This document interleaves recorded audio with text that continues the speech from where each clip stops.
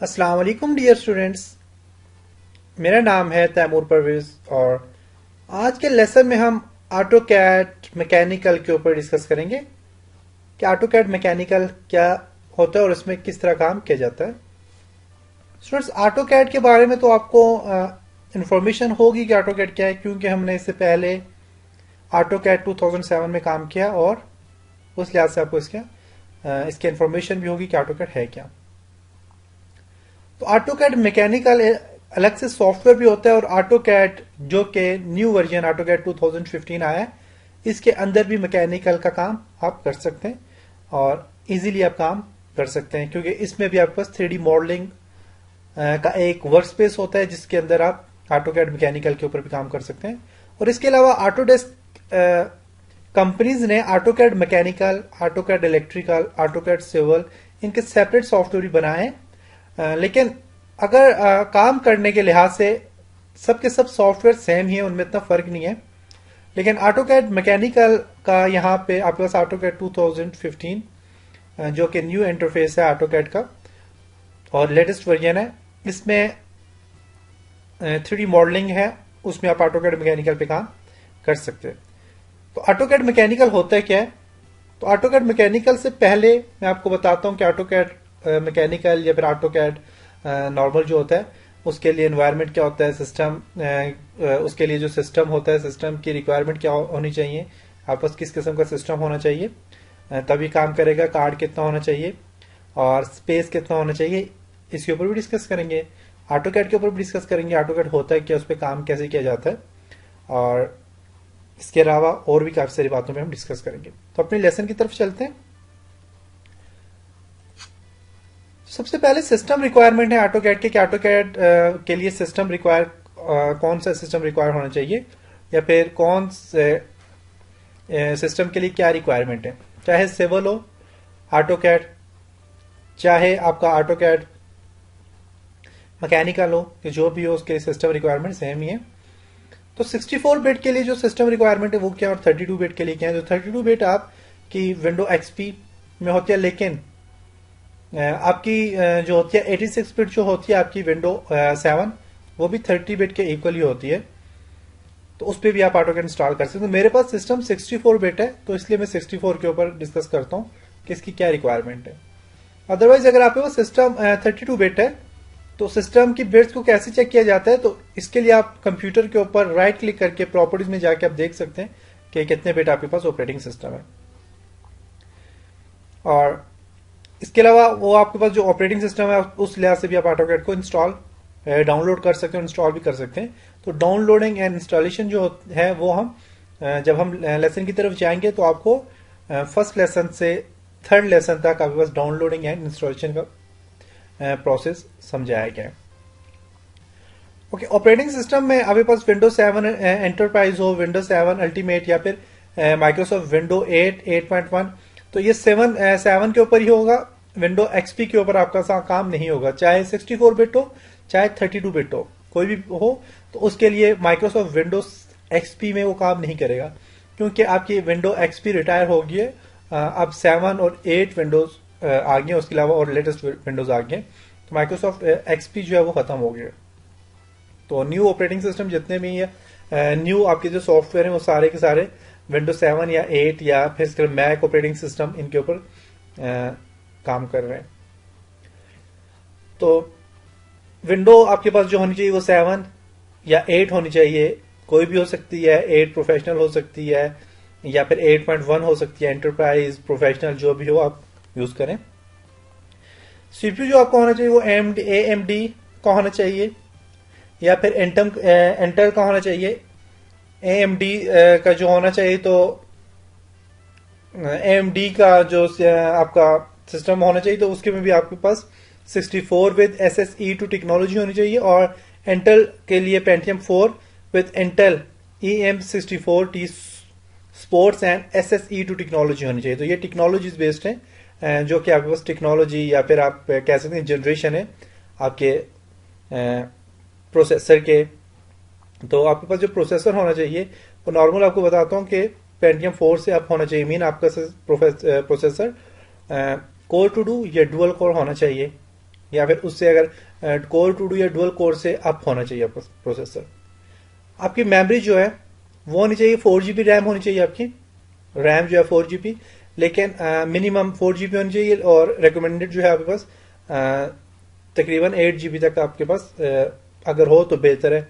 आपका सिस्टम अच्छा मॉडलिंग में आप जब करेंगे, आप रेंडर वगैरह करेंगे अपने प्रोजेक्ट को, तो उसके लिए आपकी रैम अच्छी होनी चाहिए, जिससे आपका स्पीड जो होती है अच्छी होती है। तो रैम रैंडम एक्सेस मेमोरी होती है, और रैम एक ऐसी चीज होती है कि जो आपके सिस्टम में जब काम हो रहा होता है, जो काम हो रहा होता है, लोडिंग हो रही होती है, उस पर वो काम करती है। मीन आपका जो सिस्टम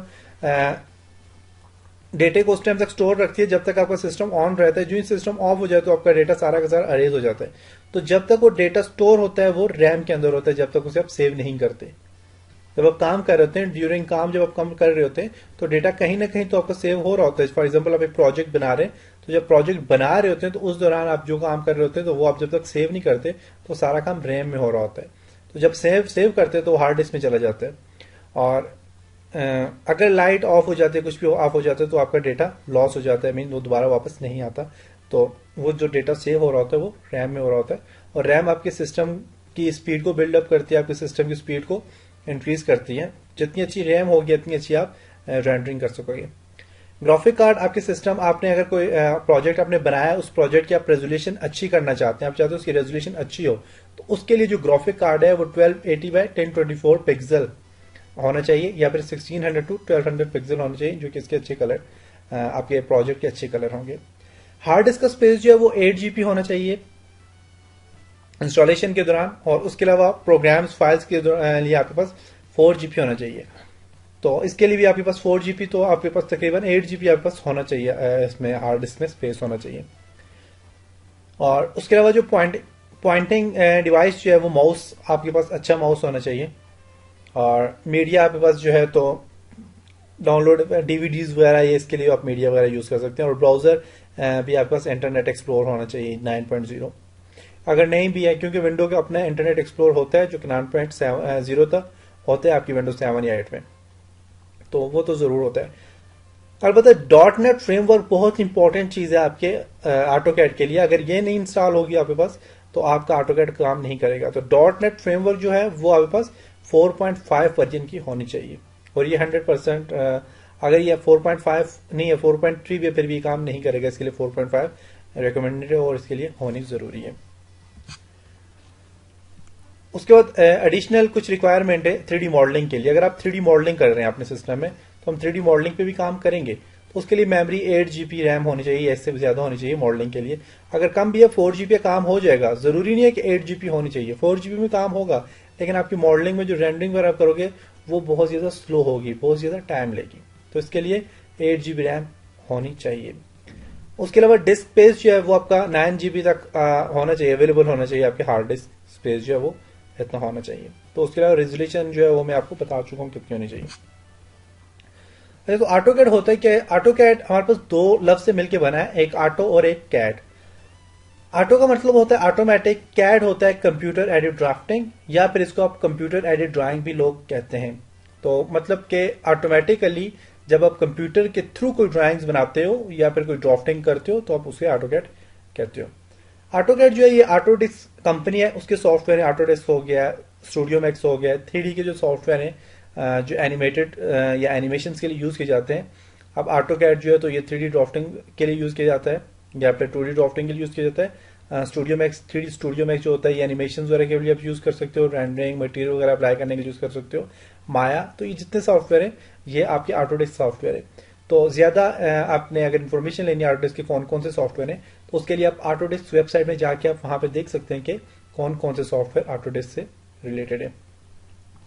तो माया जो था ये आई थिंक पहले जो माया था ज्यादा एडवांस, मतलब ऑटो डेस्क में जो हमारे पास सबसे ज्यादा एडवांस जो चीज है, जो सॉफ्टवेयर है वो माया है, जिसमें आपकी एनिमेटेड मूवीज वगैरह बनती हैं, कैरेक्टर्स बनते हैं। और 3D स्टूडियो मैक्स पे यही काम करता है, ये भी काम करता है, लेकिन माया 3D स्टूडियो मैक्स से एडवांस है। तो वो भी हम इंशाल्लाह कभी हुआ टाइम तो इंशाल्लाह उस पर भी वो करेंगे काम। तो ड्राफ्टिंग होती क्या है?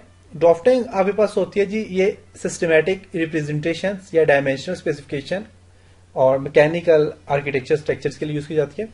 मीन ड्राफ्टिंग वो चीज होती है, आप कह सकते हो कि जब भी आप कोई काम या कोई ऑब्जेक्ट या कोई भी चीज बनाते हो, चाहे वो अप्रोक्सीमेटली लेंथ के थ्रू बनाओ या फिर किसी भी लेंथ के थ्रू स्पेसिफिक मेजरिंग यूनिट के थ्रू बनाओ या फिर अप्रोक्सीमेटली लेंथ में बनाओ, तो वो आपकी एक ड्राफ्टिंग होती है।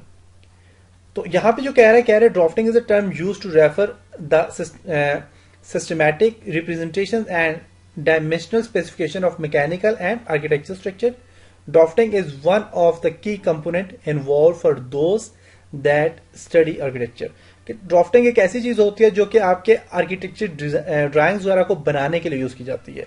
तो ये आप जो अपने ऑटोकैड में जो काम करते हैं, तो ऑटोकैड में हमने जो होम डिजाइनिंग करनी है या घर बनाने या उसके अलावा बिल्डिंग्स वगैरह क्रिएट करनी है, रोड स्ट्रक्चर बनाने, उसके अलावा अपने ब्रिज वगैरह बनाने, जो लोग सिविल के काम करते हैं तो या आर्किटेक्चर जो लोग होते हैं, तो वो एक स्पेसिफिक मेजरिंग यूनिट के थ्रू करते हैं।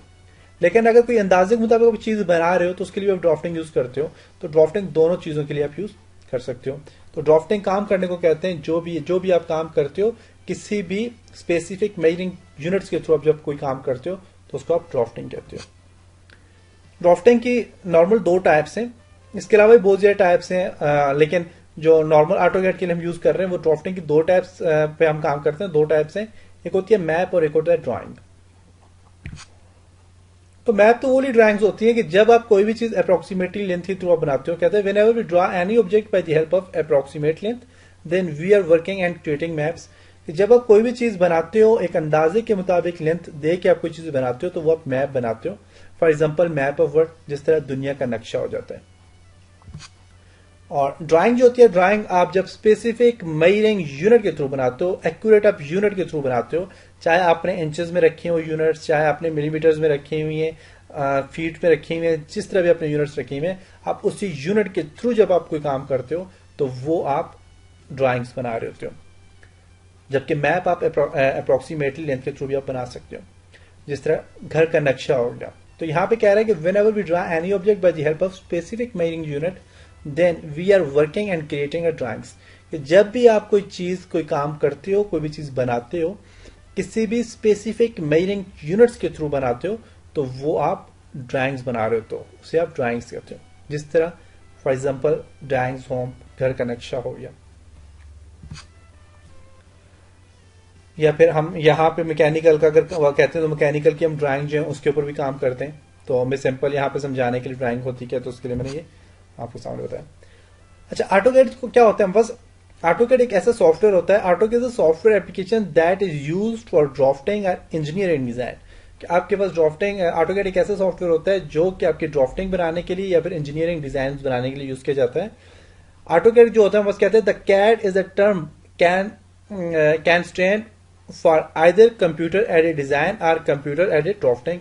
तो आपका जो कैड्स होता है, कैड्स का मतलब ये होता है कैड्स के कंप्यूटर एडेड ड्राइंग या फिर computer aided drafting, and is use to assist architect and engineer to draw 2D और 3D ड्राइंग्स और मॉडल्स। तो ये इंजीनियर जो होते हैं इस कैड के ऊपर काम करते हैं 2D ड्राइंग्स या फिर 3D ड्राइंग्स बनाने के लिए या उनके मॉडल्स वगैरह बनाने के लिए।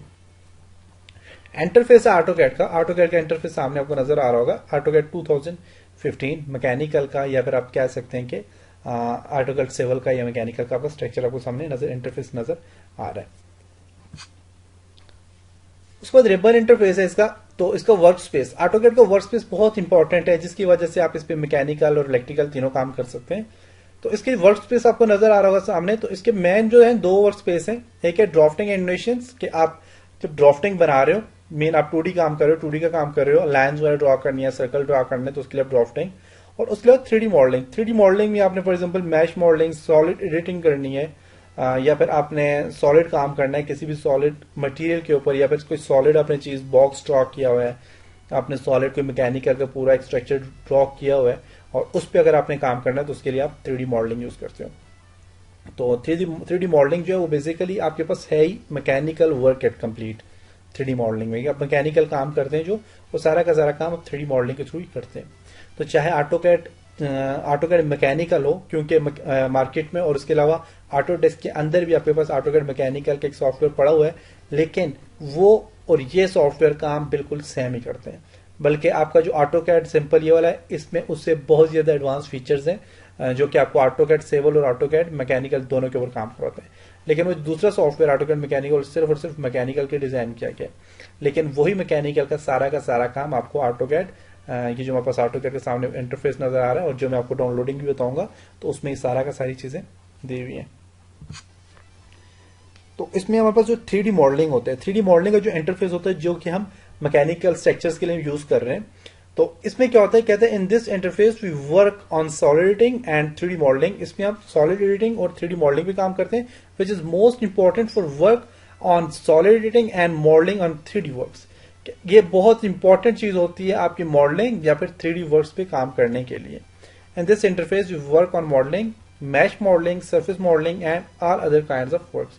और इस में हम मॉडलिंग के ऊपर काम करेंगे जो कि मैश मॉडलिंग होगी, सरफेस मॉडलिंग होगी और इसके अलावा और भी मॉडलिंग्स पे हम काम करेंगे और भी चीज़ें बनाएंगे। 3D मॉडलिंग्स पे काम करेंगे, सॉलिड एडिटिंग पे काम करेंगे, मॉडिफाई सेक्शंस, कोऑर्डिनेट सिस्टम्स पे के ऊपर काम करेंगे। उसके बाद ड्राफ्टिंग एंड इनोवेशंस। तो ड्राफ्टिंग इनोवेशंस क्या होती हैं, ये जो होता है आपके पास, ये ओनली आप हम ऑटो कैड सेवल के लिए हम ये इस पे काम करते हैं। ऑटो कैड सेवल का कोई स्ट्रक्चर ड्रॉ करना है या फिर आप मैकेनिकल का भी अगर 2D में आप कोई स्ट्रक्चर ड्रॉ करना चाह रहे हैं, काम करना चाह रहे हैं, तो उसके लिए आप ड्राफ्टिंग या इनोवेशंस पे काम करते हैं। तो आपको जो सामने इंटरफेस या रिबन नजर आ रहा है, तो ये ड्राफ्टिंग का आपके पास आपको रिबन इंटरफेस या फिर आप इसको वर्क स्पेस भी कहते हैं। तो ये आपको सामने जो वर्क स्पेस नजर आ रहा है, ये आपको ड्राफ्टिंग एंड इनोवेशंस का वर्क स्पेस नजर आ रहा है। तो इस पर आप सामने देख सकते हैं कि लाइन, पॉलीलाइन, सर्कल, आर्क वगैरह दिए हुए, तो ये नॉर्मल 2D के लिए काम कर रहा होता है और इसमें सारा का सारा काम 2D में करते हैं। Draw, modify, animations, layer, dimensions वगैरह के ऊपर हम काम करते हैं। तो ये आपको सामने ड्राफ्टिंग का नजर आ रहा होगा। तो मैकेनिकल ड्राइंग्स में हम जो काम करेंगे, जो जो चीजें हम काम करेंगे, तो हम देखें टॉप व्यू के ऊपर हम काम करें, मेन 2D के ऊपर भी काम करेंगे, फ्रंट व्यू के ऊपर काम करेंगे और आइसोमेट्रिक व्यू के ऊपर काम करेंगे। आइसोमेट्रिक चाहे SW आइसोमेट्रिक है, मेन साउथ वेस्ट आइसोमेट्रिक है, SE है, साउथ ईस्ट आइसोमेट्रिक है, कोई भी आइसोमेट्रिक 3D व्यू है, तो 3D व्यू के ऊपर आप काम करेंगे। टॉप के ऊपर भी काम हम करेंगे और फ्रंट के ऊपर भी काम करेंगे और इस तरह के हम डिजाइन और मैकेनिकल इक्विपमेंट हम ड्रॉ करेंगे। मैकेनिकल ड्राइंग्स में आप सामने देख सकते हैं, तो यहाँ पे भी हमारे पास कोई टिपिकल हमने ड्राइंग्स बनानी है तो हम टिपिकल ड्राइंग्स भी बनाएंगे और सिंपल ड्राइंग्स भी हम बनाएंगे। तो टिपिकल ड्राइंग ये आपको नजर आ रही है, तो इसके ऊपर भी हम काम करेंगे जो कि थोड़ी हमारे पास डिफिकल्ट टाइप्स की थोड़ी ड्राइंग्स हैं। और उसके अलावा हमने और भी ये देखें, और भी ज्यादा टिपिकल काम है आपका ऑटोकैड में मैकेनिकल के ऊपर जो हम काम कर रहे हैं। और मैकेनिकल 3D मैकेनिकल अब ड्राइंग्स आपको नजर आ जाएगी। 3D पे भी वर्क करेंगे और 3D मैकेनिकल स्ट्रक्चर भी हम ड्रॉ करेंगे। इस तरह के हम 3D पे भी काम करेंगे। 3D मैकेनिकल एक और ड्राइंग है, इसके ऊपर भी हम इंशाल्लाह हम काम करेंगे, ऐसी ड्राइंग्स हम बनाएंगे और इस तरह की भी हम ड्राइंग्स 3D मॉडलिंग के अंदर काम करेंगे। तो ये था जी आपका ऑटोकैड मैकेनिकल, और उम्मीद करता हूं कि आपको इस लेसन की समझ आई होगी और आपको ये लेसन बहुत ज्यादा इंटरेस्टिंग भी लगा होगा। और अब इंशाल्लाह हम नेक्स्ट लेसन की तरफ चलेंगे और उसमें हम ऑटोकैड के ऊपर ऑटोकैड को डाउनलोड कैसे करेंगे, इंस्टॉल कैसे करेंगे और आहिस्ता आहिस्ता ऑटोकैड के ऊपर काम करेंगे। तब तक आप मुझे इजाजत दीजिए, इंशाल्लाह नेक्स्ट लेसन में मिलते हैं। खुदा हाफिज।